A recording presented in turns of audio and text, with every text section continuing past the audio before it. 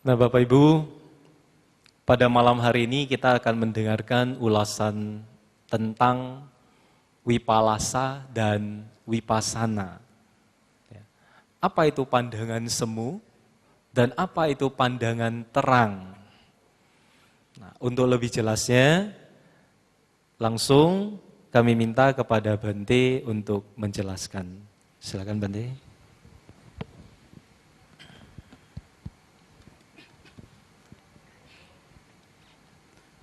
Mari kita bersama-sama bersikap anjali.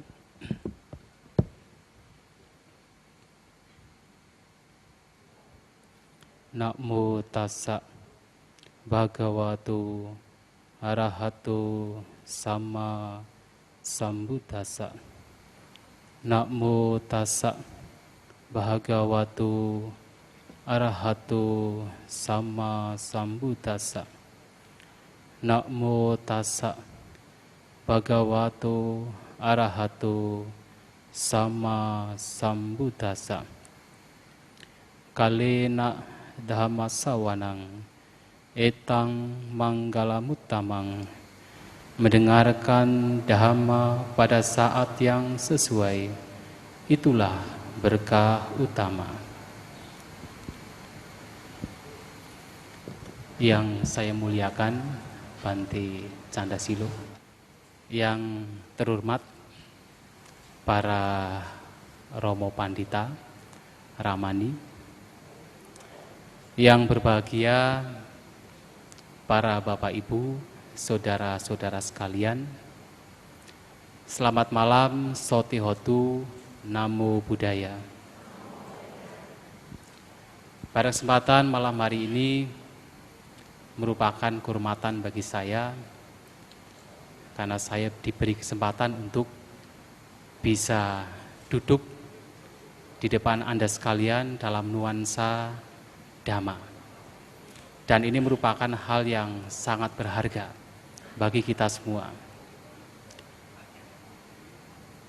Sesuai dengan topik yang akan kita bahas pada malam hari ini, sudah disampaikan oleh Saudara Burhan, Romo Burhan, bahwa malam ini kita akan berbicara tentang apa itu Wipalasa dan apa itu Wipasana.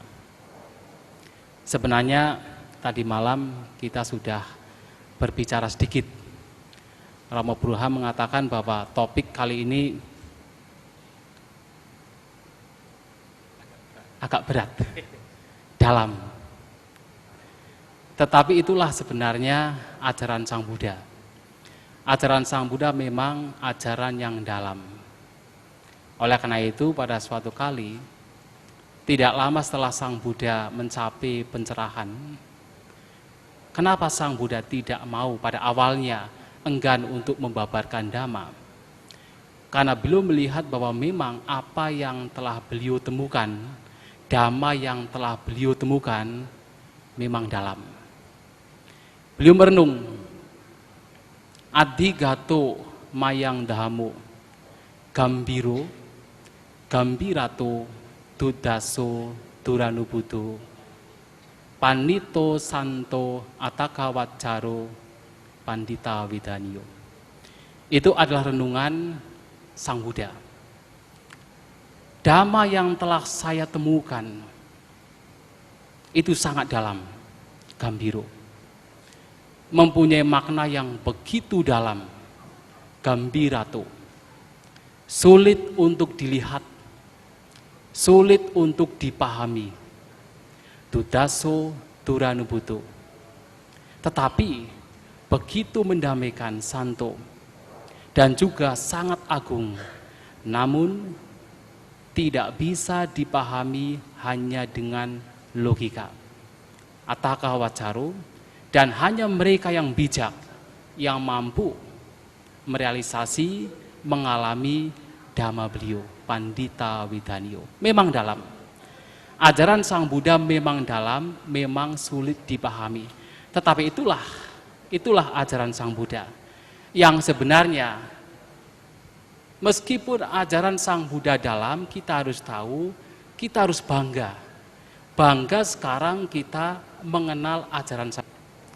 Bangga sekarang kita bisa bertemu dengan ajaran Sang Buddha. Kalau kita diibaratkan sebagai seorang pedagang, kita itu sebenarnya pedagang bukan asongan. Kita itu adalah pedagang besar. Yang kita dagangkan adalah permata. Batu permata. Bukan batu cadas, bukan batu akik. Karena dhamma yang kita peroleh, yang kita temukan, meskipun itu dalam, tetapi itu langka, seperti halnya permata yang langka. Sehingga kita seharusnya tidak merasa pesimis, tidak merasa kita, wah ini sulit sekali. Tetapi justru kita bangga karena apa yang kita temukan merupakan sesuatu yang berharga. Seperti halnya batu permata, bukan sekedar batu cadas. Yang kita temukan, yang kita dagangkan itu seperti emas. Bukan seperti besi. Meskipun besi itu kalau banyak ya berharga sekali. Tetapi kalau kita disuruh memilih antara besi sekilo dengan emas kilo, mana yang kita pilih? Tentunya emas. Demikian pula sebenarnya dhamma itu seperti halnya emas, sangat berharga. Memang emas, batu permata, merupakan sesuatu yang tidak mudah kita dapatkan. Sesuatu yang langka, sulit untuk diperoleh. Tetapi itulah dhamma, sulit diperoleh, sulit didapatkan, sulit dilihat, tetapi sesuatu yang sangat berharga. Oleh karena itu kita hendaknya bangga. Karena kita sekarang bisa bertemu dengan ajaran Sang Buddha yang sangat sulit untuk kita temukan. Kembali kepada topik, ini hanya sekedar pembicaraan tadi malam, bahwa kita hendaknya menjadi bangga sebagai umat Buddha yang menemukan ajaran Sang Buddha yang begitu luar biasa. Meskipun dalam, tetapi sangat-sangat bernilai, sangat-sangat berharga. Bapak Ibu Saudara sekalian, kalau kita ditanya sebagai umat Buddha, apa tujuan kita belajar dan mempraktekkan ajaran Sang Buddha? Tentu di antara kita mempunyai jawaban yang berbeda-beda. Mungkin di antara kita ada yang menjawab, saya belajar agama Buddha, mempraktekkan ajaran Sang Buddha, hanya sekedar ingin tahu apa itu ajaran Sang Buddha. Ada yang menjawab, saya belajar agama Buddha karena saya ingin mendapatkan kehidupan yang harmonis. Misalnya punya istri, punya suami yang suka datang wihara, kok kita tidak mau, kita tidak datang wihara supaya ada chemistry, ada kerekatan, maka mulailah untuk pergi ke wihara, belajar agama Buddha. Atau mungkin orang belajar agama Buddha untuk mendapatkan kebahagiaan duniawi, supaya kaya, supaya dapat relasi dengan datang ke wihara, kemudian berkumpul dengan teman-teman mendapatkan relasi. Bisa juga. Ada juga yang belajar ajaran Sang Buddha, ingin supaya terlahir di alam surga. Banyak sekali motif mengapa kita belajar agama Buddha. Tetapi kita sesungguhnya belajar agama Buddha, mempraktekkan ajaran Sang Buddha, idealnya adalah supaya kita terbebas dari penderitaan. Idealnya adalah supaya kita terbebas dari duka. Idealnya adalah supaya kita terbebas dari kotoran batin. Kita belajar agama Buddha, idealnya adalah supaya kita mencapai merealisasi pembebasan. Kalau hanya sekedar kita belajar agama Buddha meskipun itu hak kita belajar agama Buddha kalau hanya sekedar untuk mendapatkan kehidupan duniawi, kebahagiaan duniawi, maka di luar sana kita bisa mendapatkan berbagai macam buku yang ditulis oleh berbagai penulis yang handal, yang pakar. Berbagai macam trik, kiat, strategi untuk mendapatkan kebahagiaan duniawi. Tetapi kita belajar ajaran Sang Buddha, kita melatih mempraktekkan ajaran Sang Buddha, idealnya adalah untuk mencapai pembebasan.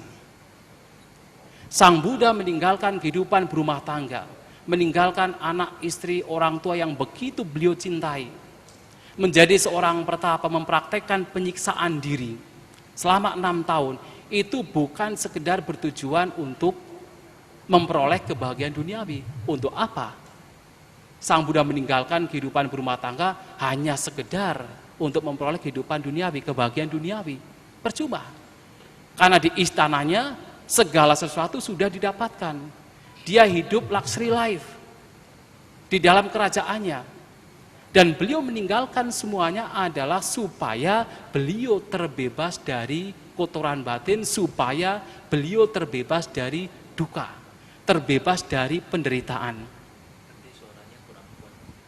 Ya, sekali lagi bahwa kita belajar ajaran Sang Buddha itu bukan sekedar untuk mendapatkan kebahagiaan duniawi. Sang Buddha meninggalkan kerajaan, meninggalkan anak istrinya, meninggalkan orang tuanya, mempraktekkan kehidupan pertapaan, menyiksa diri selama 6 tahun, itu bukan sekedar untuk memperoleh kebahagiaan duniawi. Tetapi beliau keluar dari istana untuk mencari solusi.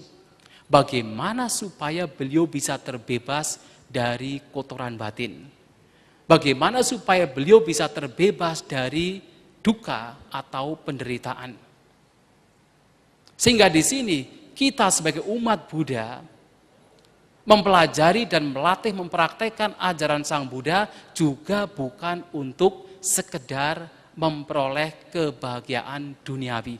Meskipun itu juga bukan hal yang salah, tetapi ini bukan tujuan utama kita melatih mempraktekkan ajaran Sang Buddha. Tetapi adalah untuk bagaimana kita semua terbebas dari penderitaan. Dan itulah kenapa Sang Buddha mengajarkan Dhamma, mengajarkan ajarannya yang baru ditemukan untuk manusia dan para dewa. Itu bukan hanya sekedar untuk kebahagiaan duniawi, tetapi untuk terbebas dari duka. Sehingga dalam salah satu khutbahnya, Sang Buddha menegaskan kepada para biku, tentunya kepada siapapun, bahwa apa yang beliau ajarkan adalah hanya tentang penderitaan dan lenyapnya penderitaan. Beliau mengatakan kepada para biku, pube cahang bikawe etarahica, tukan cak panyapemi duka nirodanca. Dari dulu, wahai para biku, sampai sekarang, apa yang saya ajarkan hanya tentang duka, penderitaan, dan lenyapnya duka, lenyapnya penderitaan. Sehingga di sini, apa yang beliau ajarkan bukan yang lain, bukan hanya sekedar kebahagiaan duniawi, tetapi bagaimana kita tahu, supaya kita tahu apa itu duka. Dan supaya kita merealisasi lenyapnya duka itu sendiri, lenyapnya penderitaan itu sendiri. Kalau kita perluas lagi, yang diajarkan Sang Buddha tiada lain adalah 4 kebenaran mulia. Atau Cattari Arya Sacani. Sang Buddha mengajarkan kita, menunjukkan kepada kita, inilah duka. Hidup adalah duka. Tetapi duka itu sendiri ada sebabnya, inilah sebab duka. Dan duka ini bisa lenyap, inilah lenyapnya duka.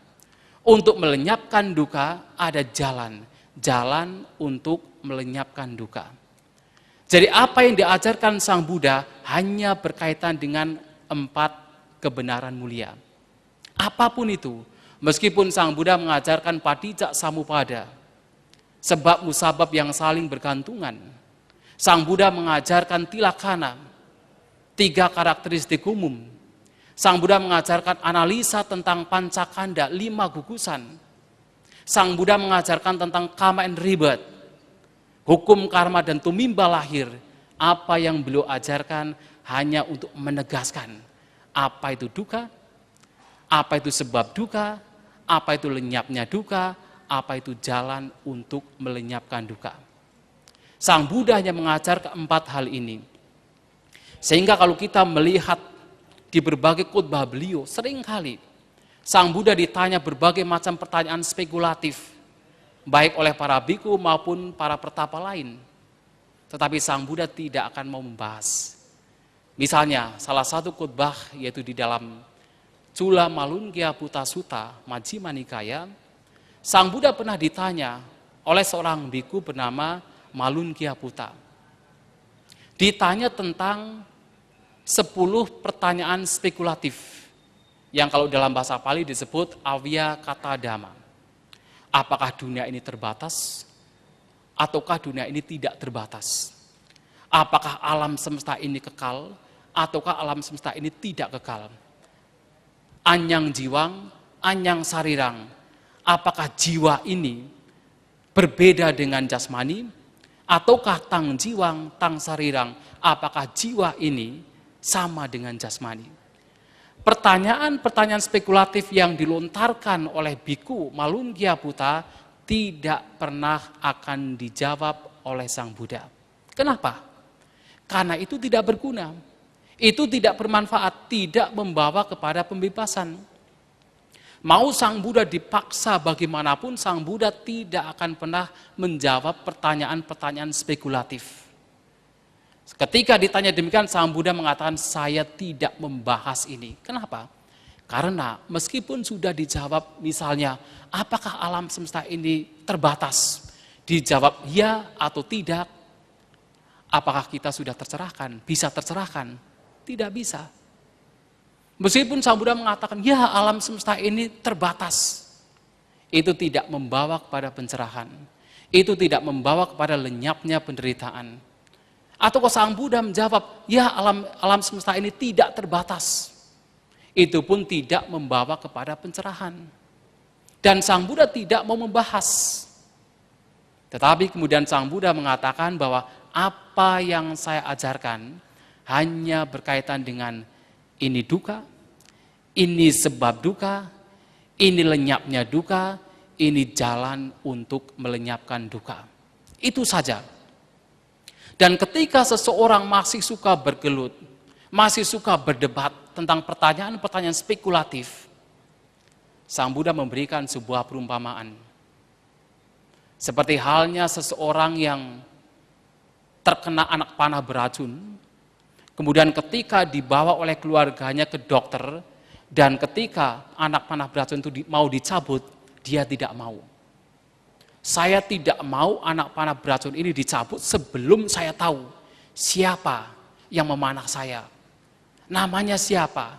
Sukunya dari mana? Nama keluarganya apa? Anak panahnya dari mana? Terbuat dari apa? Apa yang terjadi? Sebelum pertanyaan-pertanyaan tersebut terjawab, dia sudah keburu mati. Percuma. Sehingga di sini pertanyaan-pertanyaan yang tidak berguna itu dihindari oleh Sang Buddha. Sang Buddha hanya mengajarkan apa itu duka, apa sebab duka, apa itu lenyapnya duka, apa itu jalan untuk melenyapkan duka. Sehingga suatu kali ketika beliau berada di hutan Singsapa, dikelilingi oleh para biku, beliau mengambil satu genggam daun Singsapa. Nah kebetulan tadi siang kita pergi ke rumahnya Bapak Giri. Nah di sana ada pohon Singsapa. Kalau Bapak Ibu Saudara sekalian pernah melihat pohon kemuning, tapi bukan kemuning yang untuk taman yang kecil-kecil itu, tapi kemuning yang bisa besar itu adalah pohon Singsapa. Jadi bunganya itu sangat wangi, apalagi kalau malam, wangi sekali. Nah di sana ada pohon Singsapa.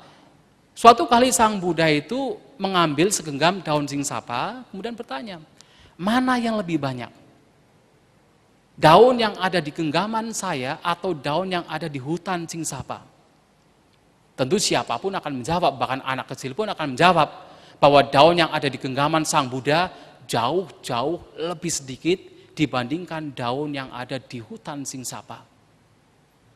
Sang Buddha kemudian mengatakan bahwa seperti halnya daun yang ada di hutan Singsapa, demikian pula apa yang saya ketahui sebenarnya sangat banyak.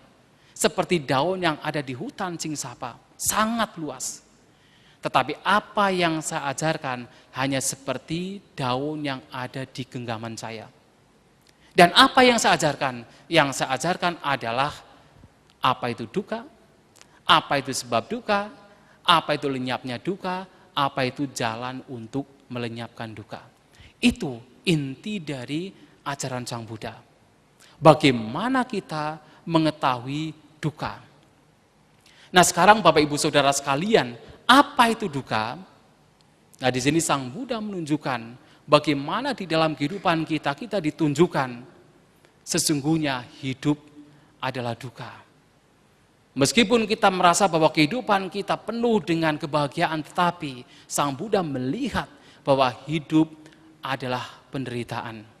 Memang terjemahan duka sebagai penderitaan itu tidak mewakili makna duka itu sendiri, tetapi paling tidak kita sudah bisa memberikan gambaran bahwa duka adalah penderitaan. Bagaimana kita bisa menyebut bahwa hidup adalah duka? Karena selama kita hidup di alam sangsara, selama kita hidup di alam tumimba lahir, kita bisa mengalami, kita menghadapi berbagai macam penderitaan.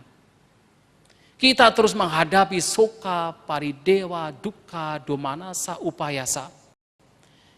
Kita harus menghadapi, kita harus mengalami apa itu kesedihan, apa itu ratap tangis, apa itu penderitaan fisik, apa itu penderitaan batin, somanasa, depresi, stres, dan seringkali kita juga harus mengalami keputusasaan. Dan selama kita hidup di alam sangsara mengembara, berkelana dari satu kelahiran ke kelahiran, kita terus seringkali harus meninggalkan apa yang kita cintai. Bahkan apapun yang kita cintai, apapun yang kita sukai, apakah itu orang-orang yang kita cintai, anak istri, suami, orang tua, saudara, ataukah materi kita, kemasyhuran kita, semua akan kita tinggalkan. Cepat atau lambat pasti akan berpisah dari kita. Itulah duka. Dan seringkali, acap kali, kita pun juga harus berasosiasi dengan apa yang tidak kita sukai. Apakah itu kondisi yang tidak nyaman?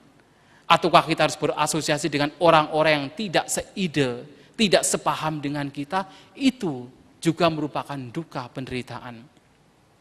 Dan tidak semua apa yang kita inginkan selama kita hidup, tidak semua apa yang kita inginkan akan dapat terpenuhi. Itu juga duka. Jadi di dalam kehidupan alam sangsara, ketika kita berkelana dari satu kelahiran ke kelahiran yang lain, banyak sekali penderitaan yang harus kita alami. Tetapi Bapak, Ibu, Saudara sekalian, penderitaan yang sesungguhnya adalah ketika Sang Buddha mengatakan sangkitena pancupadana kanda duka. Singkatnya, 5 gugusan yang terus diikat oleh kemelekatan, itulah penderitaan. Apa yang dimaksud dengan 5 gugusan? Itu adalah yang membentuk kita sebagai manusia. Kita manusia adalah gabungan komposisi dari 5 gugusan. Seperti halnya rumah. Dikatakan sebagai rumah karena terdiri dari berbagai macam bahan. Ada tiang, ada tembok, ada atap, dan lain sebagainya. Kemudian terbentuklah rumah. Kita manusia adalah bentukan dari gabungan 5 gugusan. Jasmani, perasaan, persepsi, bentuk-bentuk pikiran, dan kesadaran. Bisa diingat. Jasmani, perasaan, persepsi, bentuk-bentuk pikiran, dan kesadaran. 5 gugusan. Dan 5 gugusan ini merupakan objek penderitaan itu sendiri. Kenapa? Karena 5 gugusan bersifat tidak kekal, tidak bisa kita pertahankan, tidak bisa kita lekati. Karena 5 gugusan ini yang kita anggap sebagai milik, tidak bisa kita pertahankan, inilah yang Sang Buddha mengatakan bahwa inilah duka, inilah penderitaan. Sebagai contoh adalah jasmani kita. Meskipun kita ingin bahwa jasmani kita terus muda, tidak sakit, meskipun kita ingin supaya jasmani kita terus tidak mati, terus hidup, apa yang terjadi? Jasmani kita harus mengalami ketuaan, jasmani kita harus mengalami sakit, dan jasmani kita cepat atau lambat harus mengalami kematian. Kita tidak bisa mempertahankan jasmani sesuai dengan keinginan kita. Inilah penderitaan. Demikian pula perasaan. Kita mengalami berbagai macam perasaan. Apakah perasaan tidak menyenangkan, perasaan menyenangkan, ataupun perasaan netral. Dan kita tidak bisa hanya mendapatkan memperoleh perasaan yang menyenangkan saja. Tetapi kita harus mengalami berbagai macam perasaan yang tidak menyenangkan.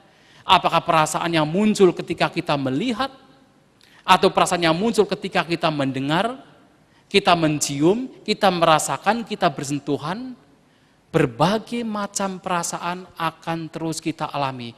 Perubahan inilah yang disebut sebagai penderitaan. Termasuk adalah persepsi.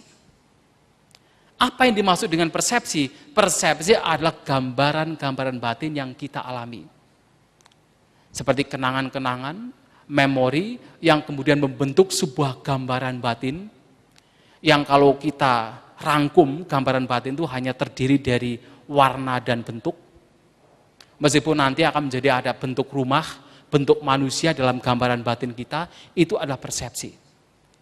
Dan apakah kita bisa mempertahankan persepsi yang baik saja? Apakah kita bisa mempertahankan bahwa mudah-mudahan persepsi saya yang muncul dalam batin saya hanya persepsi yang baik, hanya memori kenangan yang manis saja? Tidak bisa. Berbagai macam memori, kenangan, gambaran batin yang pahit pun juga akan muncul tanpa bisa kita kontrol dalam batin kita. Inilah penderitaan, perubahan. Kita tidak bisa mempertahankan apa yang kita inginkan. Ini adalah penderitaan. Termasuk adalah bentuk-bentuk pikiran. Misalnya pada saat kita bermeditasi, kita mendapatkan ketenangan, perhatian kita begitu kuat, semangat kita tidak pudar. Apakah kita bisa mempertahankan misalnya perhatian kita pada saat kita bermeditasi? Tidak bisa. Apakah kita bisa mempertahankan semangat kita saat kita bermeditasi? Tidak bisa. Apakah kita bisa mempertahankan konsentrasi kita pada saat bermeditasi? Tidak bisa. Bentuk-bentuk pikiran yang muncul pada batin kita juga tidak kekal. Inilah penderitaan. Perubahan adalah penderitaan. Termasuk adalah kesadaran kita. Kita memiliki 6 jenis kesadaran. Kesadaran ketika kita melihat, yang disebut kesadaran mata. Kesadaran ketika kita mendengar, yang disebut kesadaran telinga. Kesadaran ketika kita mencium melalui hidung, yang disebut kesadaran hidung. Kesadaran ketika kita merasakan melalui lidah, yang disebut kesadaran lidah. Kesadaran ketika kita bersentuhan melalui jasmani, yang disebut kesadaran jasmani, dan kesadaran pikiran itu sendiri. Apakah kita bisa mempertahankan misalnya, mempertahankan kesadaran mata saja? Bisa tidak? Kita terus melotot, mata kita melotot, tidak mau berkedip, hanya untuk mempertahankan kesadaran mata, bisa tidak? Tidak bisa. Sang Buddha saja hanya mampu selama 7 hari, betul tidak? Ketika Sang Buddha menatap pohon bodhi, melihat pohon bodhi, hanya mampu 7 hari. Apalagi kita mampu bertahan 1 jam, akibatnya out. Tidak bisa melihat lagi. Seperti yaitu Bante Cakupala pada zaman Sang Buddha. Beliau tidak mau berbaring, sehingga beliau itu hanya bermeditasi dan matanya terus menatap. Sehingga apa? Beliau akhirnya menjadi buta, karena tidak mau berbaring.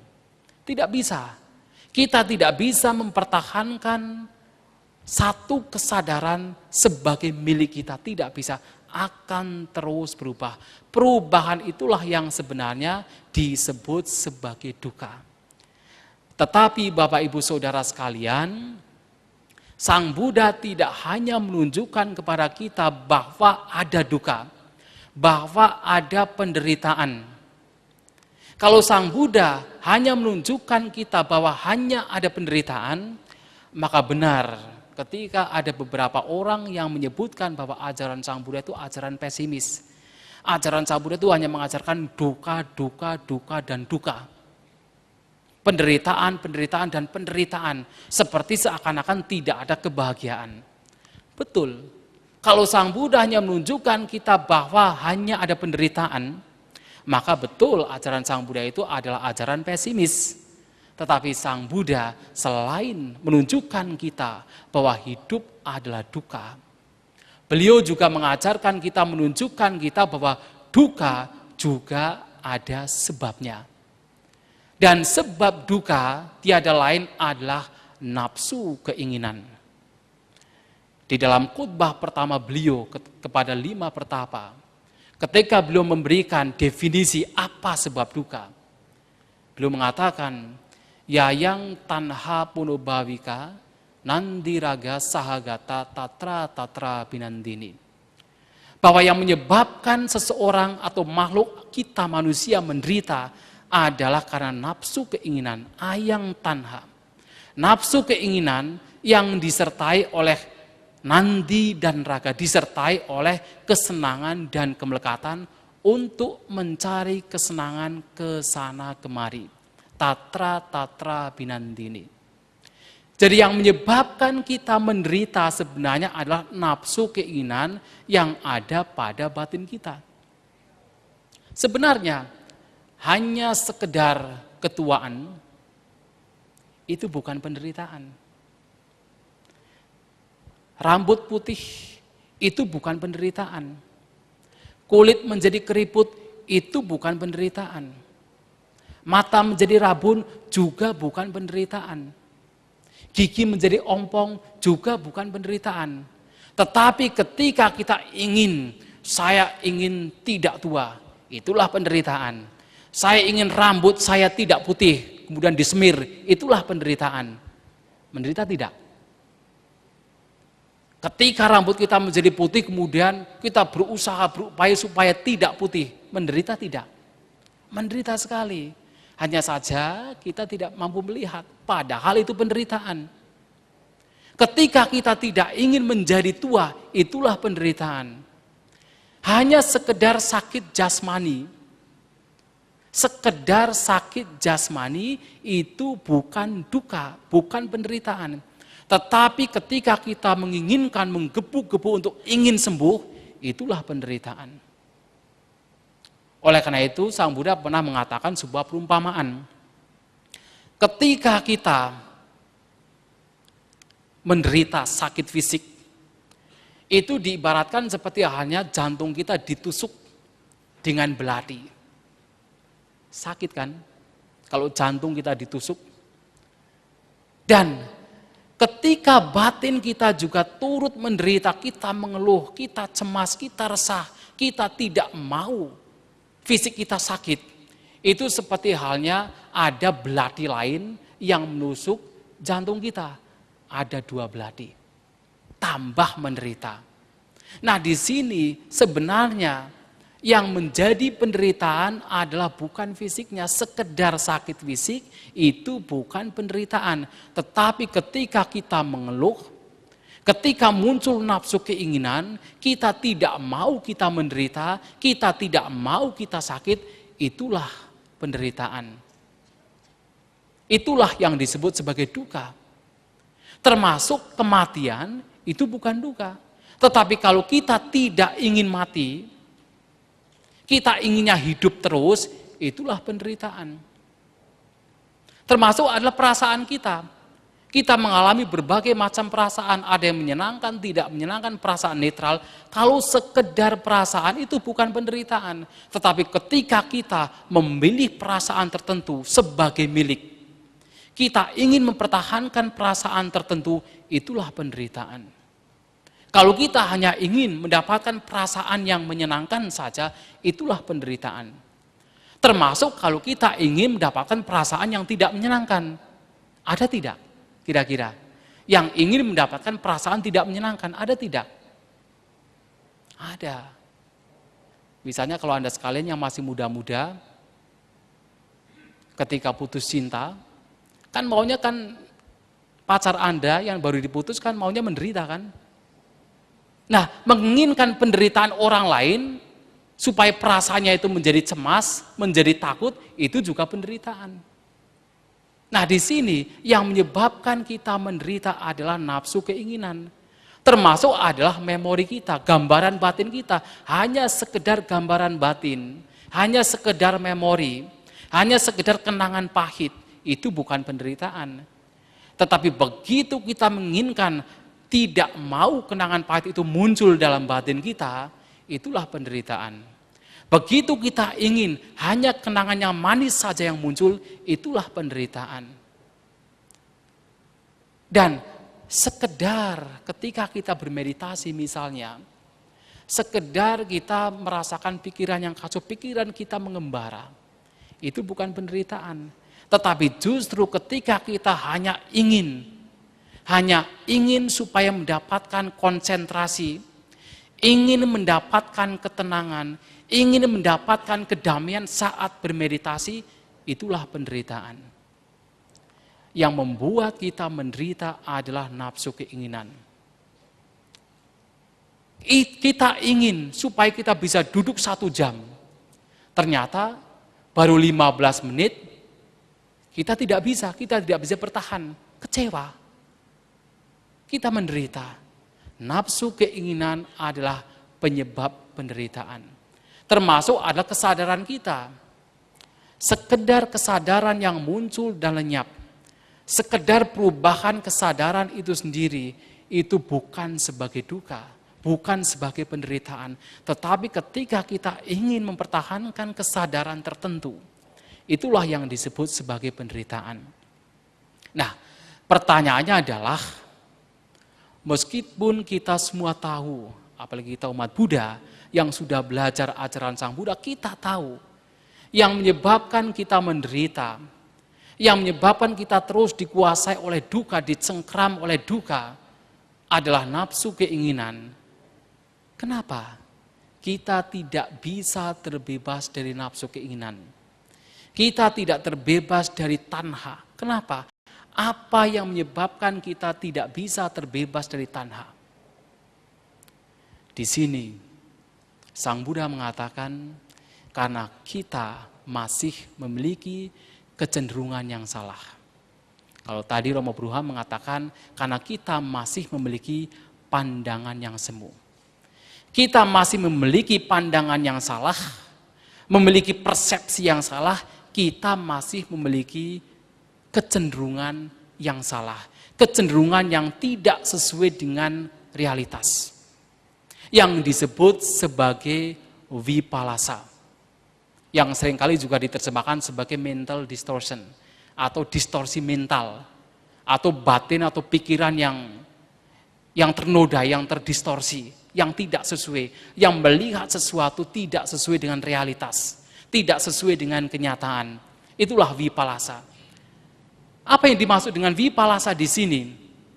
Yaitu pertama, seseorang masih memiliki kecenderungan untuk melihat sesuatu yang sebenarnya tidak kekal sebagai sesuatu yang kekal.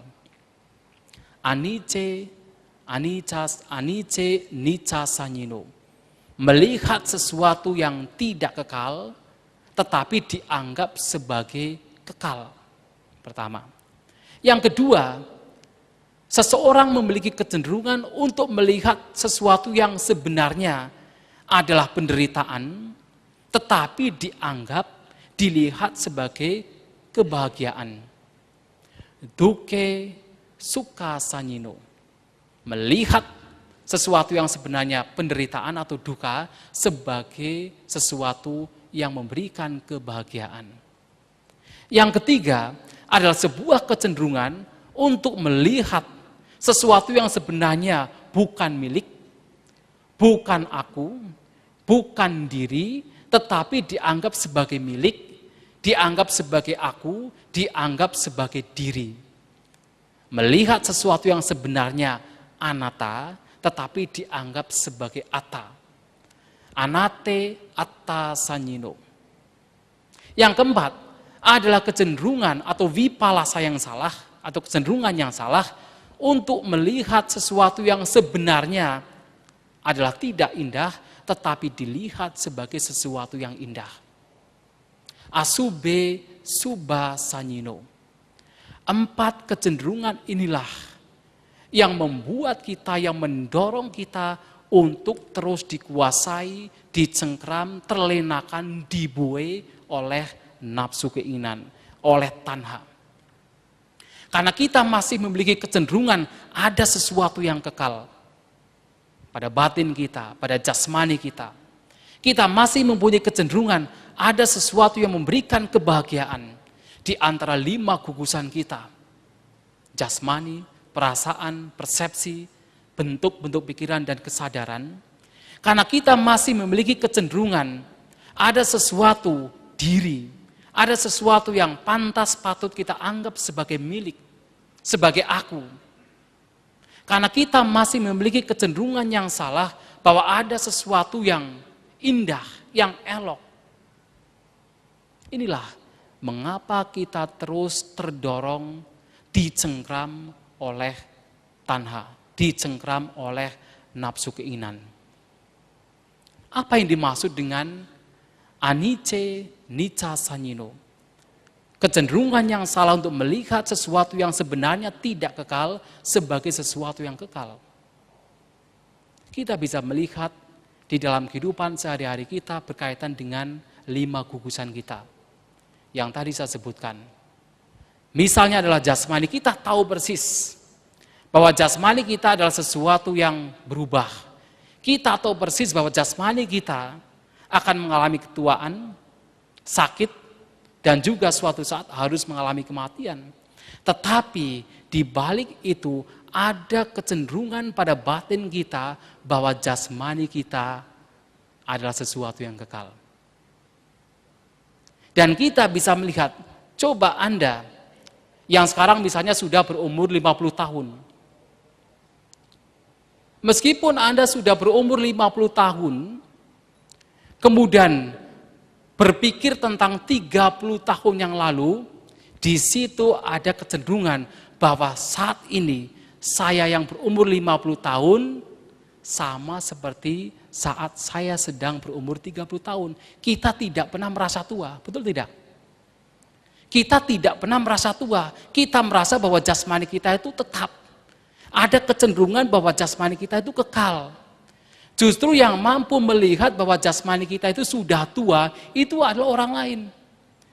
Teman kita yang 20 tahun tidak bertemu, kemudian bertemu dengan kita, baru mampu melihat, oh kamu ternyata sudah berubah. Rambut kamu sudah putih, muka kamu sudah perot. Kan begitu. Tetapi kita sendiri yang mengalami, kita tidak bisa melihat perubahan tersebut. Kita merasa ada kecenderungan yang sebenarnya kecenderungan yang salah, inilah vipalasa, bahwa kita tidak berubah. Kita merasa bahwa 30 tahun yang lalu, 20 tahun yang lalu itu sama dengan sekarang. Yang mampu melihat adalah teman kita, bahwa kita sudah berubah. Inilah kecenderungan salah, inilah vipalasa. Kita tidak bisa melihat perubahan kita. Meskipun kita tahu rambut kita sudah putih, kita tahu jasmani kita sudah lemah, tetapi kecenderungan bahwa ini kekal itu sangat halus, tetapi mencengkram dengan kuat pada batin kita.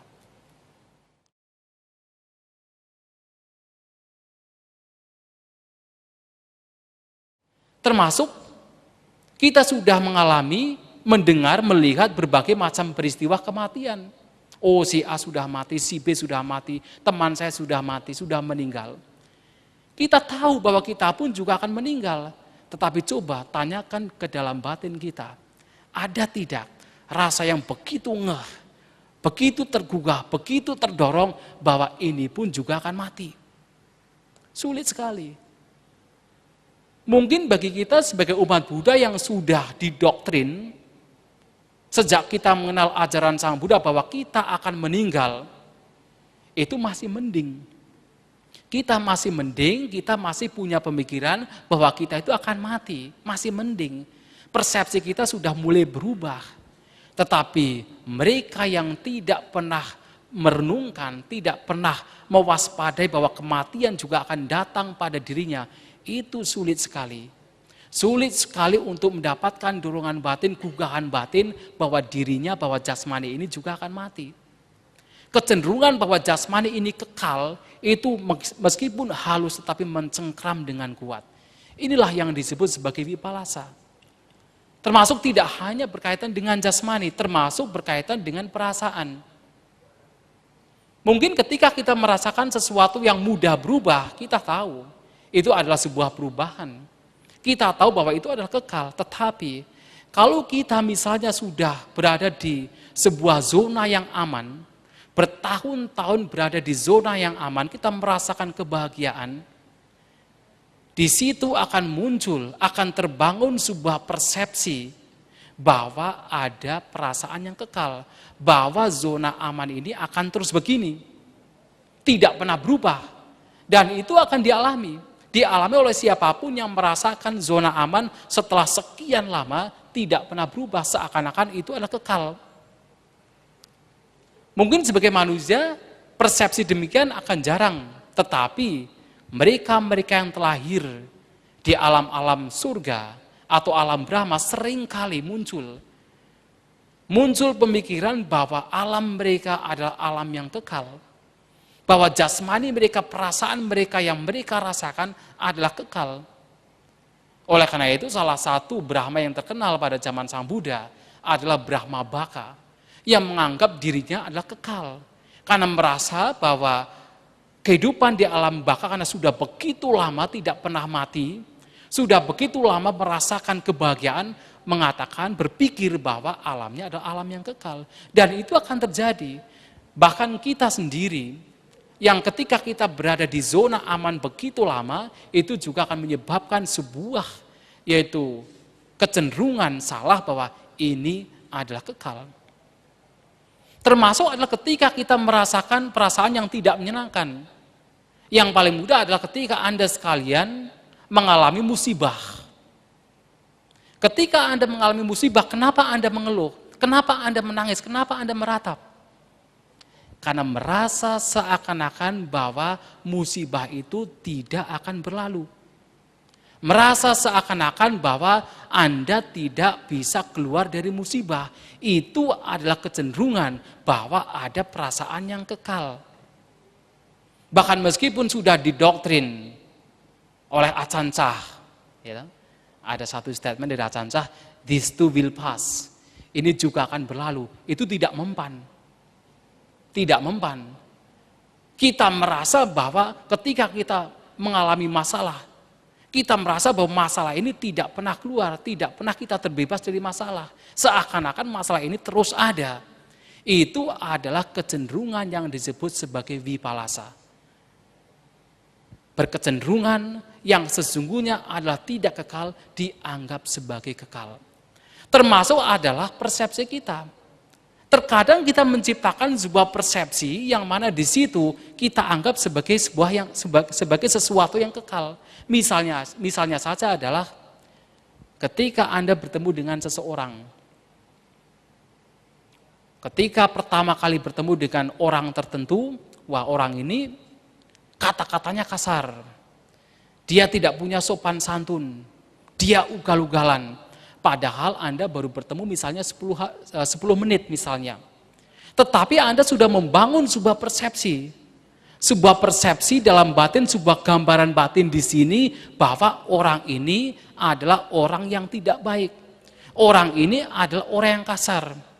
Sehingga kemana-mana ketika bercerita tentang orang ini, meskipun kejadian tersebut sudah 1 tahun, 2 tahun, 3 tahun, 4 tahun, 5 tahun berlalu, tetap mengatakan bahwa orang ini adalah orang yang tidak baik. Padahal itu kejadian 5 tahun yang lalu yang hanya terjadi 10 menit. Tetapi Anda merasa seakan-akan bahwa orang ini yang demikian. Yang dibangun, persepsi yang dibangun dalam batin adalah orang ini adalah orang yang tidak baik. Padahal kita tidak tahu Setelah kejadian itu mungkin dia kemudian berbuat bajik, mungkin dia datang ke wihara dan bermeditasi. Siapa tahu? Dan Anda tidak tahu, setelah 1 tahun, 2 tahun, 3 tahun orang tersebut misalnya menjadi seorang biku. Tetapi persepsi yang Anda bangun adalah orang ini adalah orang yang tidak baik. Itulah kecenderungan bahwa ada sesuatu yang kekal. Itu yang disebut sebagai vipallasa. Tidak hanya jasmani, perasaan, persepsi, bentuk-bentuk pikiran, dan juga kesadaran juga sama. Apalagi adalah kesadaran.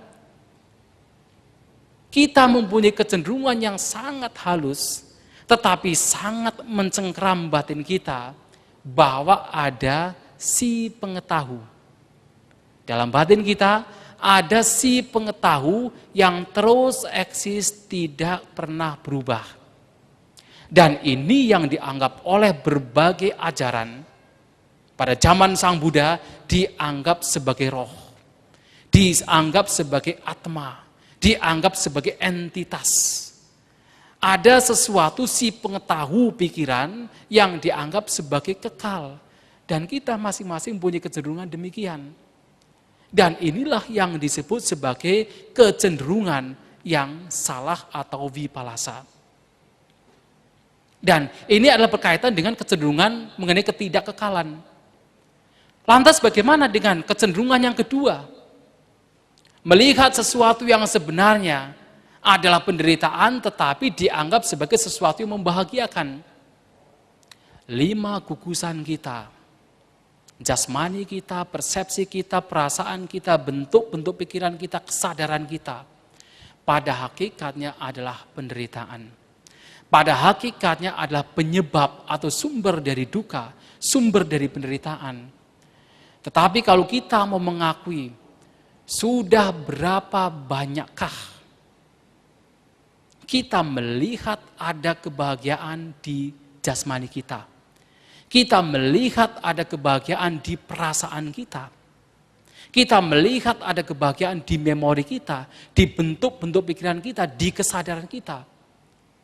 Sudah berapa banyakkah kita memanjakan jasmani kita? Kita mempunyai kecenderungan yang sangat kuat bahwa jasmani kita merupakan sumber kebahagiaan. Bahkan hampir semua aktivitas yang kita lakukan, itu semua adalah untuk memanjakan panca indera kita. Memanjakan indera-indera jasmani kita. Kita melihat bahwa ada sesuatu yang memberikan kebahagiaan pada jasmani ini. Apakah melalui mata, melalui telinga, melalui hidung, melalui lidah, atau melalui jasmani. Kita melihat bahwa jasmani kita merupakan sumber dari kebahagiaan. Bahkan tidak cukup dengan jasmani kita. Kita mengambil jasmani lain. Tidak cukup dengan 1 jasmani, kita mengambil 2 jasmani. Betul tidak? Tidak cukup dengan jasmani 2, kita mengambil 3 jasmani. Betul tidak? Kalau bapak-bapaknya misalnya beristri, menganggap bahwa jasmani ini adalah sumber kebahagiaan, kemudian juga menganggap ada jasmani lain, istri Anda, sebagai sumber kebahagiaan. Tidak cukup 1, tambah lagi 2. Tidak cukup 2, ditambah lagi menjadi 3. Ini adalah kecenderungan bahwa yang sebenarnya meskipun jasmani ini adalah sumber penderitaan, tetapi kita masih mempunyai anggapan bahwa jasmani kita adalah sumber kebahagiaan. Padahal kalau kita mau jujur, ada tidak di bagian jasmani kita dari ujung rambut sampai ujung kaki yang tidak menimbulkan penyakit? Ada tidak? Ada tidak? Dari ujung rambut sampai ujung kaki yang tidak menimbulkan penyakit? Tidak ada. Jasmani kita adalah sarang penyakit. Tidak ada satupun jasmani kita yang tidak berubah, yang tidak menimbulkan penyakit. Jasmani kita adalah sarang penyakit. Dan jasmani kita adalah tumpukan luka. Berbagai macam luka, kemudian ditumpuk menjadi satu, terbentuklah jasmani kita. Tetapi kita menganggap bahwa jasmani kita adalah sumber kebahagiaan. Menganggap jasmani yang lain adalah sumber kebahagiaan. Sehingga ketika orang lain memukul kita, kita marah, kita tidak mau, kita tidak suka. Kita menganggap bahwa jasmani kita adalah sumber kebahagiaan. Itu adalah salah satu kecenderungan yang salah. Itu adalah yang disebut sebagai vipalasa. Melihat sesuatu yang sebenarnya adalah duka, tetapi dianggap sebagai kebahagiaan. Dan tidak hanya jasmani, perasaan juga sama. Meskipun Sang Buddha mengatakan yang widayitang sabantang dukang, apapun yang dikatakan sebagai perasaan, semua adalah penderitaan, semua adalah penderitaan. Bahkan termasuk perasaan-perasaan yang muncul ketika kita bermeditasi. Termasuk ketika seseorang mencapai jana, itu juga bagian dari duka, bagian dari penderitaan.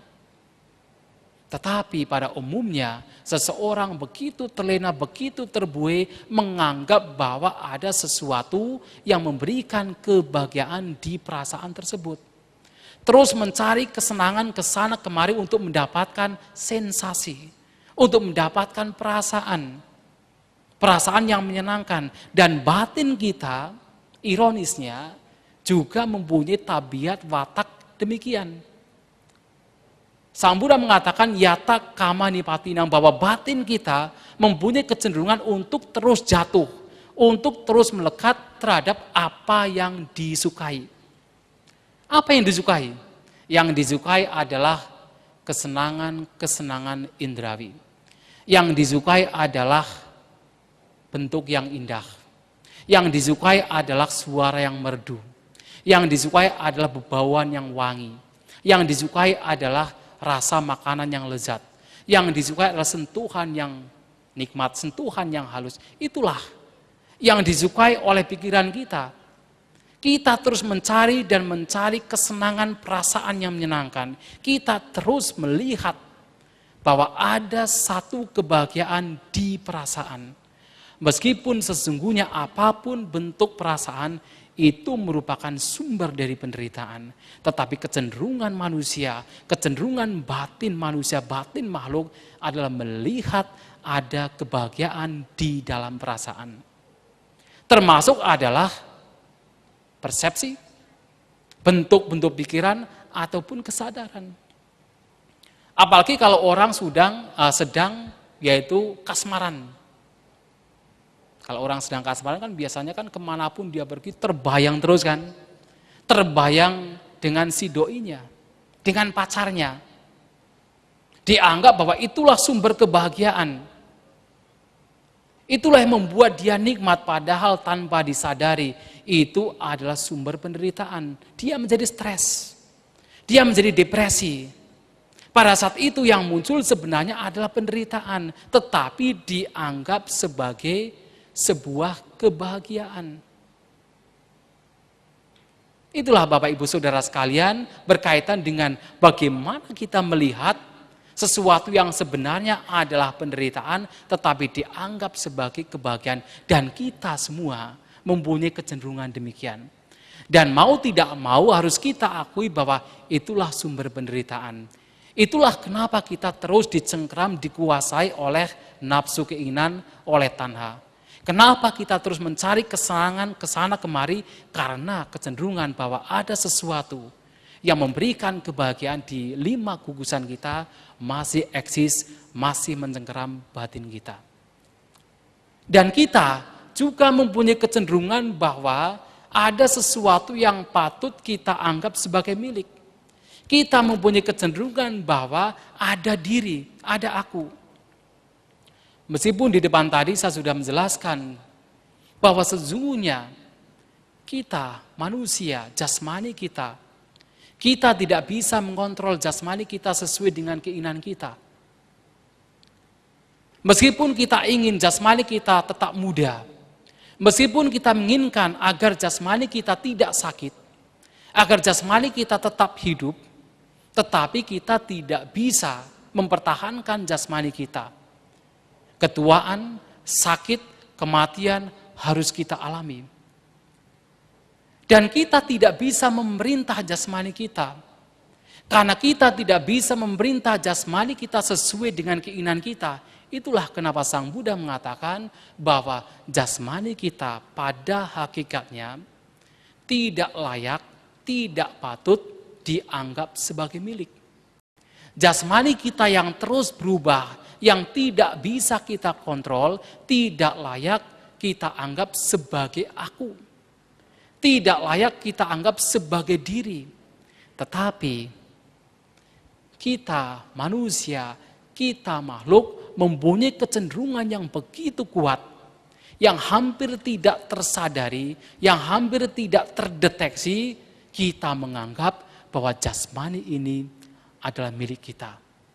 Kita menganggap bahwa ada aku, ada diri. Kita menganggap bahwa ada diri, aku, orang lain. Kecenderungan yang begitu kuat. Dan meskipun kita tahu bahwa perasaan kita tidak bisa mengontrol perasaan kita. Kita tidak bisa hanya menginginkan semoga perasaan yang muncul pada saya hanya perasaan yang menyenangkan, tidak bisa. Tetapi kita juga mempunyai sebuah kecenderungan bahwa perasaan ini adalah perasaan saya. Perasaan ini adalah diri saya, ini adalah aku. Persepsi, bentuk-bentuk pikiran, kesadaran, semua tidak bisa kita kontrol.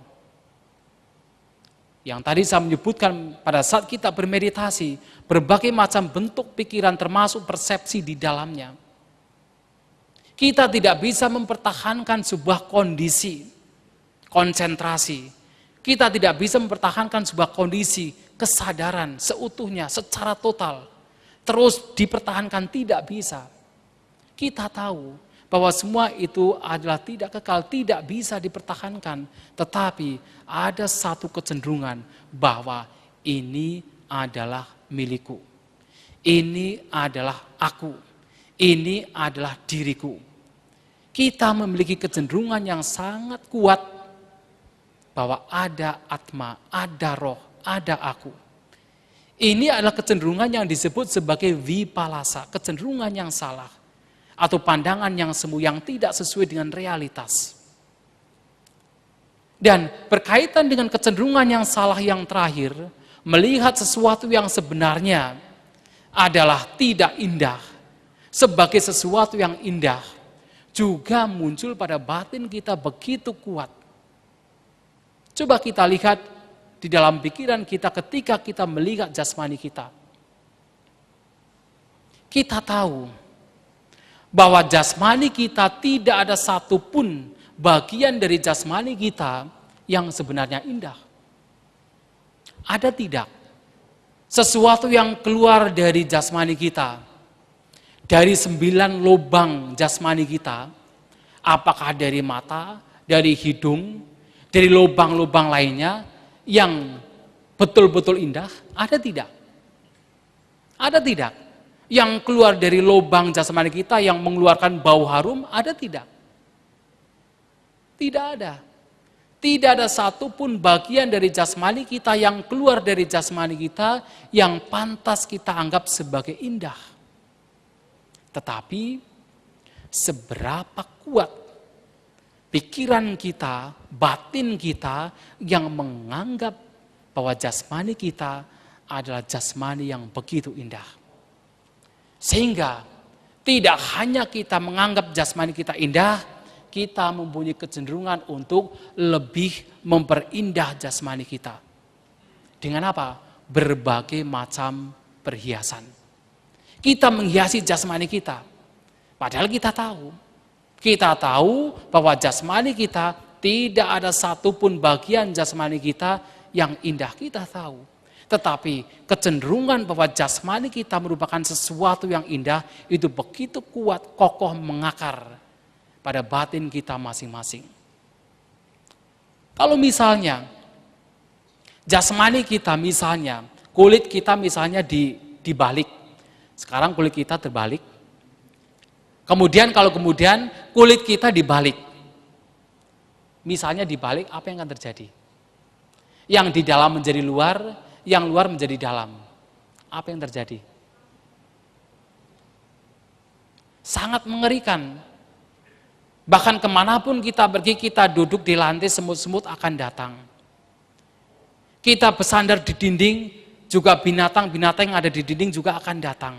Menganggap kita sebagai makanan. Bukan sebagai manusia, menganggap kita sebagai makanan. Kita dilempar ke udara, mungkin burung-burung yang ada di udara juga akan datang pada kita, menganggap kita sebagai makanan. Tidak indah. Tetapi kita anggap sebagai sesuatu yang indah. Sehingga ada satu perumpamaan yang diberikan Acan Cah. Ketika ada seorang wanita datang pada seorang pria membawa sekantong kresek hitam yang berisi kotoran. Kemudian dikasihkan kepada pria tersebut. Kira-kira pria tersebut mau atau tidak? Menolak atau mau dengan bahagianya? Menolak atau mau? Tentu menolak. Kenapa? Karena kotoran tersebut sesuatu yang tidak indah. Tetapi sebenarnya antara kotoran dengan wanita tersebut sama atau sama? Sama. Wanita tersebut juga membawa kantong kotoran. Hanya saja ditutupi. Antara kotoran di kantong kresek plastik dengan kotoran yang ada di wanita tersebut adalah sama, tidak berbeda. Tetapi kenapa batin kita begitu kuat mencengkeram bahwa ada sesuatu yang indah pada jasmani kita? Dan tidak hanya jasmani saja, kita pun mempunyai kecenderungan yang kuat bahwa ada sesuatu yang indah pada perasaan, pada persepsi, pada bentuk-bentuk pikiran, pada kesadaran sebagai sesuatu yang indah, sebagai sesuatu yang elok. Kita melekat dengan persepsi, melekat dengan perasaan, melekat dengan bentuk-bentuk pikiran ataupun kesadaran karena kita mempunyai kecenderungan ada sesuatu yang indah. Padahal kalau segala sesuatu adalah tidak kekal, yang tidak kekal itu adalah penderitaan. Yang tidak kekal dan penderitaan adalah tidak pantas, tidak layak dianggap sebagai milik. Maka sebenarnya hakikatnya adalah apapun itu yang dikuasai, yang mempunyai sifat anicca, dukkha dan anatta sebenarnya adalah asubha. Sebenarnya adalah tidak indah. Tetapi kita mempunyai kecenderungan ada sesuatu yang indah. Kenapa kita kemudian melekat, terus mencari, terus kita dikuasai oleh nafsu keinginan, oleh tanha. Itu semua karena 4 kecenderungan yang salah ini. Itu semua karena vipallasa.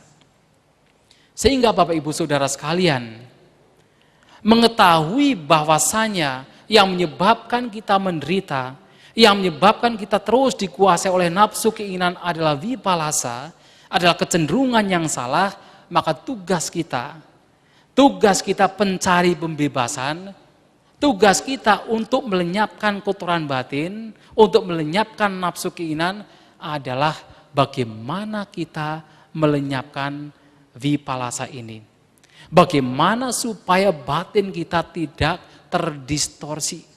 Bagaimana supaya batin kita mampu melihat dengan kokoh, dengan kuat bahwa segala sesuatu, bahwa 5 gugusan kita yang membentuk makhluk ini adalah anicca, adalah dukkha, adalah anatta, adalah asubha.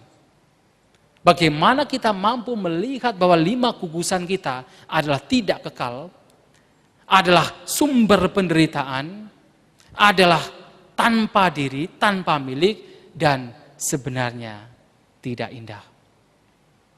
Jawabannya adalah dengan melatih pandangan terang. Jawabannya adalah dengan melatih vipassana, yang disebut sebagai meditasi pandangan terang. Dengan kita melatih meditasi pandangan terang, dengan kita melatih vipassana, maka setahap demi tahap persepsi kita, pandangan kita, kecenderungan kita akan melihat bahwa 5 gugusan kita sesungguhnya adalah tidak kekal. Akan melihat bahwa 5 gugusan kita sesungguhnya adalah sebab sumber penderitaan. Sesungguhnya adalah tanpa diri, bukan milik sesungguhnya. Sesungguhnya adalah tidak indah. Dengan kita melatih vipassana. Untuk itu sedikit kita akan berbicara apa itu vipassana. Vipassana, Bapak Ibu Saudara sekalian, oleh para guru meditasi sepakat bahwa vipassana adalah sebuah praktek untuk melatih yang disebut sebagai sati. Melatih yang disebut sebagai kesadaran atau perhatian. Melatih yang disebut sebagai kewaspadaan, appamada, sati atau appamada. Melatih kesadaran di sini, melatih perhatian di sini, melatih kewaspadaan di sini adalah melatih di mana kita didorong, dianjurkan untuk terus waspada, untuk terus sadar, untuk terus penuh perhatian terhadap apa yang sedang kita lakukan. Memang definisi dari sati, istilah sati adalah kemampuan untuk mengingat apa yang telah diucapkan dan dilakukan pada waktu yang telah lewat. Itu adalah kemampuan dari sati atau perhatian. Tetapi di dalam meditasi vipassana, di dalam meditasi pandangan terang di sini adalah sati, perhatian, kewaspadaan digunakan untuk mengingat, untuk sadar, untuk waspada terhadap apa yang sedang terjadi. Terhadap setiap gerak-gerik batin maupun jasmani. Yang sekarang sedang terjadi bukan masa lampau, bukan masa yang akan datang, tetapi saat ini. Inilah sati. Sehingga di sini anjuran dari Sang Buddha secara detail terdapat di dalam Mahasatipatthana Sutta, khotbah tentang landasan perhatian. Anjuran Sang Buddha adalah segala aktivitas yang kita lakukan, kita hendaknya melakukan dengan penuh perhatian, dengan penuh kewaspadaan. Artinya ketika kita berjalan, kita tahu kita sedang berjalan. Kita waspada, kita penuh perhatian, kita sedang berjalan.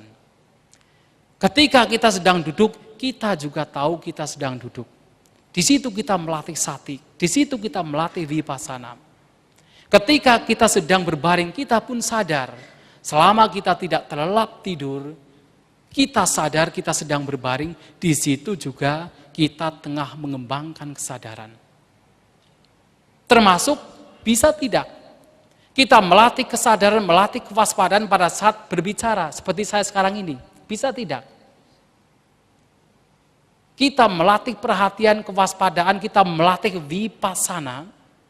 Vipassana pada saat kita berbicara, bisa tidak? Pada hakikatnya adalah bisa. Sehingga Sang Buddha di dalam Mahasatipatthana Sutta menjelaskan basite tunhi bave sampajana karihoti. Apakah seseorang sedang berbicara, basite, ataukah dia sedang diam, tunhi bave, selama ada sati, selama ada perhatian, itu merupakan latihan kesadaran. Termasuk ketika kita sedang berada di toilet, melakukan BAB, BAK, buang air besar, buang air kecil, bisa tidak kita melatih kesadaran? Bisa tidak kita melatih vipassana? Sekarang kan kita berpikir bahwa vipassana itu kan kalau kita sedang ikut retreat, 10 hari, 1 bulan, 3 hari, baru kita mengatakan, wah saya baru melatih vipassana. Tetapi di sini, bahkan ketika kita berada di toilet, kita sedang buang air besar, kita sedang buang air kecil, kita juga bisa melatih vipassana. Ucawa pasawa kami sampajana karihoti. Dalam Maha Satipatthana Sutta, Sang Buddha dengan jelas mengatakan, ketika seseorang sedang buang air kecil, ucawa, ataupun sedang buang air besar, pasawa, selama ada sati, selama ada perhatian, di situ seseorang masih di dalam ranah meditasi vipassana. Artinya, meditasi vipassana adalah sebuah meditasi yang menganjurkan kita, mendorong kita untuk sadar setiap saat, setiap momen terhadap apapun yang kita lakukan. Apakah kita berdiri, kita duduk, kita berjalan, kita berbaring, kita berbicara, kita diam, kita makan, kita minum, kita buang air besar, buang air kecil, kita merentangkan tangan, kita berjalan ke depan, kita berjalan ke belakang, apapun, selama di situ ada kesadaran, di situ ada kewaspadaan, di situ ada perhatian, kita masih melatih vipassana. Jadi vipassana di sini bisa dilakukan dimanapun kita berada. Kalau Bapak Ibu Saudara sekalian ingin melatih samatha, penting untuk memperoleh tempat yang sepi, tempat yang sedikit suara, itu penting sekali. Karena di dalam samatha, meditasi samatha, yang tujuannya adalah untuk mengembangkan konsentrasi tingkat tinggi atau jhana, salah satu yang menjadi duri dari jhana adalah suara, saddha kantaka jhana. Bahwa salah satu duri dari jhana adalah suara. Makanya dibutuhkan untuk mendapatkan tempat yang sangat kondusif. Tetapi di dalam vipassana sebenarnya kita bisa melakukan dimanapun kita berada. Selama kita sadar, selama kita penuh perhatian, kita penuh kewaspadaan, kita bisa melatih vipassana. Tetapi tentu tidak hanya sekedar sadar. Kalau kita berjalan, kita sadar, oh saya sedang berjalan, sudah oke. Saya sedang berdiri, oh saya sedang berdiri, kita tahu berdiri. Itu sebenarnya tidak cukup. Kalau hanya sekedar sadar, saya berjalan, saya berdiri, saya berbaring, saya duduk, saya makan, saya minum, bahkan anjing, kambing, sapi, serigala, ayam juga sadar. Mereka sedang lari juga tahu mereka sedang lari. Mereka sedang jalan juga tahu mereka sedang jalan. Maka di sini, selain kita sadar, kita pun juga harus ada kebijaksanaan yang disebut sebagai sampajanya. Ada sati, ada sampajanya. Salah satu sampajanya di sini adalah asammoha sampajanya, yaitu pengetahuan yang bebas dari ketidaktahuan. Artinya di sini adalah kebijaksanaan. Yang salah satu kebijaksanaannya adalah kita melakukan apapun aktivitas dengan tidak melekati objek yang sedang diperhatikan. Kita sedang berjalan, kita tahu ada jasmani yang berjalan, kita tidak melekat terhadap jasmani kita. Kita sedang duduk, dan kita tahu kita sedang duduk, di saat yang sama kita tidak melekat terhadap jasmani yang sedang duduk. Termasuk kita tidak melekat terhadap proses dari duduk itu sendiri, termasuk tidak melekat terhadap apapun bagian, apakah jasmani atau batin yang mengikuti pada saat kita duduk. Kita sadar dan juga tidak melekat. Itu baru vipassana. Itu baru latihan untuk memperoleh pandangan terang.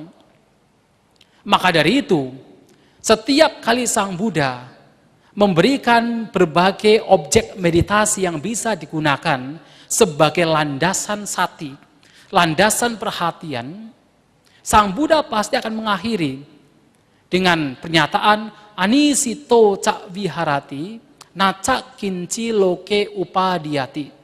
Anisito cak viharati. Anisito tidak bersandar. Viharati berdiam. Seseorang hendaknya berdiam tanpa bersandar. Artinya apa? Tanpa bersandar kepada objek. Objek yang sedang diamati. Nacak kinci loke upadhyati, dan dia tidak melekat terhadap apapun, nacak kinci terhadap apapun di dunia. Artinya apa? Terhadap setiap pengalaman yang muncul saat dia memperhatikan objek, di situ tidak ada kemelekatan. Di situ batin tidak bersandar. Nah, selama ini pada saat kita melihat sesuatu, biasanya batin kita terus merespon. Merespon dengan kesenangan atau dengan penolakan. Ketika yang kita lihat adalah bentuk-bentuk yang menyenangkan, kita langsung menggenggam. Kita langsung melekat. Kita langsung mengejar bentuk-bentuk yang menyenangkan. Tetapi begitu yang muncul adalah bentuk-bentuk yang tidak menyenangkan, kita menolak. Kita tidak mau. Kita tidak suka. Batin kita terus dibelenggu, dikuasai oleh suka dan tidak suka. Terus merespon, terus bereaktif. Itu adalah batin kita. Tetapi di sini, pada saat kita melatih vipassana, kita melihat, memperhatikan objek tanpa adanya kemelekatan. Biarkan objek itu berproses tanpa kita melekati objek tersebut. Sehingga di sini, dalam latihan vipassana, latihan meditasi pandangan terang, sesuai dengan apa yang telah disampaikan Sang Buddha di dalam Bahia Sutta, anjuran beliau adalah dite ditamatang bawisati, sute sutamatang bawisati, mute mutamatang bawisati, vinyate vinyatamatang bawisati. Ini bahasa dewa. Percaya tidak? Ini bahasa dewa. Ini adalah bahasa Sang Buddha. Sang Buddha disebut sebagai Dewati Dewa, dewanya para dewa. Makanya ini bahasa dewa. Karena Sang Buddha adalah dewanya para dewa. Maka apa yang disebutkan oleh Sang Buddha adalah bahasa dewa. Nah, anjuran Sang Buddha kepada seorang pertapa bernama Bahia adalah dite ditamatang bawisati. Ketika melihat, latihlah, itu hanya sekadar proses melihat. Jadi tidak ada kecenderungan ada aku yang lain, ada milik yang lain. Yang ada hanya sekedar fenomena dari proses melihat itu sendiri. Termasuk ketika mendengar.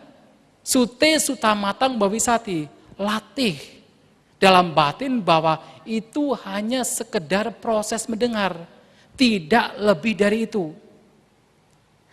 Nah sekarang, umumnya adalah ketika kita mendengar suara, umumnya adalah ketika suara menyenangkan, wah kita begitu menyenangi. Begitu yang muncul adalah suara kasar, kebencian muncul, ketidaksukaan muncul. Itu adalah batin kita, tetapi dalam latihan vipassana di sini, kita dianjurkan untuk ketika mendengar, itu hanya sekadar proses mendengar itu sendiri. Termasuk pada saat kita mencium bebauan, pada saat kita merasakan makanan, pada saat kita mendapatkan sentuhan, itu hanya sekedar proses itu sendiri, tidak lebih dari itu. Termasuk pada saat kita berpikir, itu juga hanya sekedar proses pikiran. Tetapi kalau kita sudah merespon, kita sudah melekati, maka disitulah muncul penderitaan. Pada saat kita sudah bereaktif, di situ akan muncul penderitaan. Nah, latihan kita adalah kita sadar, kita waspada terhadap apapun yang kita lakukan tanpa kita melekati. Hanya sekedar sadar terhadap apapun proses yang sedang terjadi. Membiarkan itu muncul, bertahan, dan dibiarkan untuk lenyap. Nah, dengan cara kita sadar dan juga tidak melekat, maka yang muncul, yang kita lihat di setiap pengalaman-pengalaman kita adalah yata buta nyana dasanang. Yang muncul adalah sesuatu yang tampak sebagaimana adanya. Apapun pengalaman kita, apakah berkaitan dengan jasmani kita, apakah berkaitan dengan perasaan kita, persepsi kita, bentuk-bentuk pikiran kita termasuk kesadaran kita yang tampak adalah hanya sebagaimana adanya. Sebagaimana adanya di sini adalah sebuah fenomena yang sesungguhnya tampak sebagai sesuatu yang tidak kekal.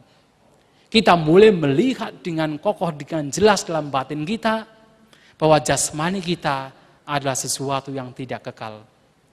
Jasmani kita yang kita merasa seakan-akan sebagai sesuatu yang begitu padat, sebagai sesuatu yang begitu katakan tidak berubah, eksis tidak berubah, itu sendiri adalah merupakan bagian dari berbagai macam hal, berbagai macam elemen, berbagai macam unsur yang selalu berubah, tidak kekal.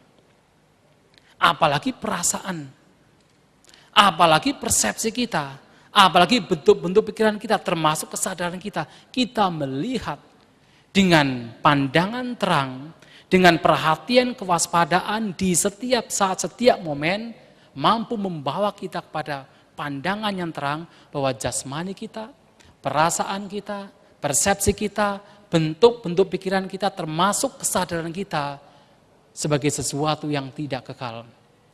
Dan dengan kita melatih vipassana, meditasi pandangan terang, kita akan tahu ketika kita bereaksi, ketika kita dikuasai oleh suka dan tidak suka, ketika kita melekati sesuatu, melekati apa yang menyenangkan, ketika muncul nafsu keinginan, apakah keinginan untuk menggenggam atau keinginan untuk menolak, di situ akan muncul penderitaan. Pengalaman-pengalaman demikian juga akan diperoleh saat kita melihat ke dalam diri. Saat kita mengembangkan kewaspadaan di dalam diri kita, melihat perasaan kita, jasmani kita, bentuk-bentuk pikiran kita, melihat 5 gugusan kita. Kita akan melihat sekali ada reaksi pikiran, sekali ada nafsu keinginan, di situ pula ada penderitaan.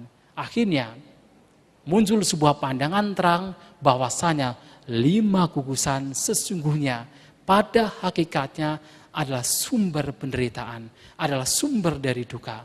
Terutama saat kita dikuasai oleh nafsu keinginan, saat kita melekati gugusan-gugusan tertentu. Dan dengan pandangan terang di sini, dengan latihan sati, latihan perhatian di sini, kita juga akan semakin kokoh, pandangan kita akan semakin kokoh bahwasanya tidak ada satupun pengalaman yang patut kita jadikan sebagai milik. Tidak ada satupun pengalaman yang bisa kita lekati, yang bisa kita genggam. Semua pasti akan berubah. Karena semua pasti akan berubah, muncul sebuah pandangan bahwa sebenarnya tidak ada inti. Sebenarnya apa yang selama ini kita anggap sebagai aku, sebagai diri, itu tidak patut, tidak layak dianggap sebagai aku, dianggap sebagai diri. Anatta. Pandangan yang tadinya adalah atta, ada atma, ada roh, ada sesuatu yang esensi, berubah menjadi pandangan bahwa sebenarnya 5 gugusan yang membentuk makhluk ini adalah anatta. Karena tidak ada satupun dari pengalaman yang muncul yang bisa dipertahankan. Inilah anatta. Karena semuanya, apakah jasmani, perasaan, persepsi, bentuk-bentuk pikiran, dan juga kesadaran adalah tidak kekal, adalah sumber dari penderitaan, adalah sumber dari katakan yang membuat kita menganggap ada atma, yang sesungguhnya adalah anatta, maka muncullah pandangan bahwa sebenarnya tidak ada satupun dari 5 gugusan ini yang sebenarnya patut dianggap sebagai subha, patut dianggap sebagai indah. Semuanya pada hakikatnya adalah tidak indah. Ini semua akan diperoleh dengan kita melatih vipassana. Inilah Bapak Ibu Saudara sekalian, bagaimana kita sebagai umat Buddha, tujuan kita umat Buddha, idealnya adalah bagaimana kita mampu membebaskan kita dari penderitaan. Dan untuk membebaskan kita dari penderitaan adalah untuk melenyapkan tanha itu sendiri. Tetapi untuk melenyapkan tanha, kita harus mengubah kecenderungan salah, mengubah vipalasa menjadi pandangan terang. Kita harus melihat, mampu melihat. Kita mengembangkan sebuah persepsi, sebuah pandangan, sebuah kecenderungan yang kokoh. Bahwasanya 5 gugusan kita adalah tidak kekal, adalah sebab dari duka atau penderitaan, adalah bukan milik, bukan diri, bukan aku, dan adalah sebenarnya tidak indah. Inilah apa yang ingin saya sampaikan. Semoga dapat dipahami, semoga bermanfaat, semoga kita semua maju di dalam Dhamma. Sabe sata bawantu sukitata, semoga semua makhluk berbahagia.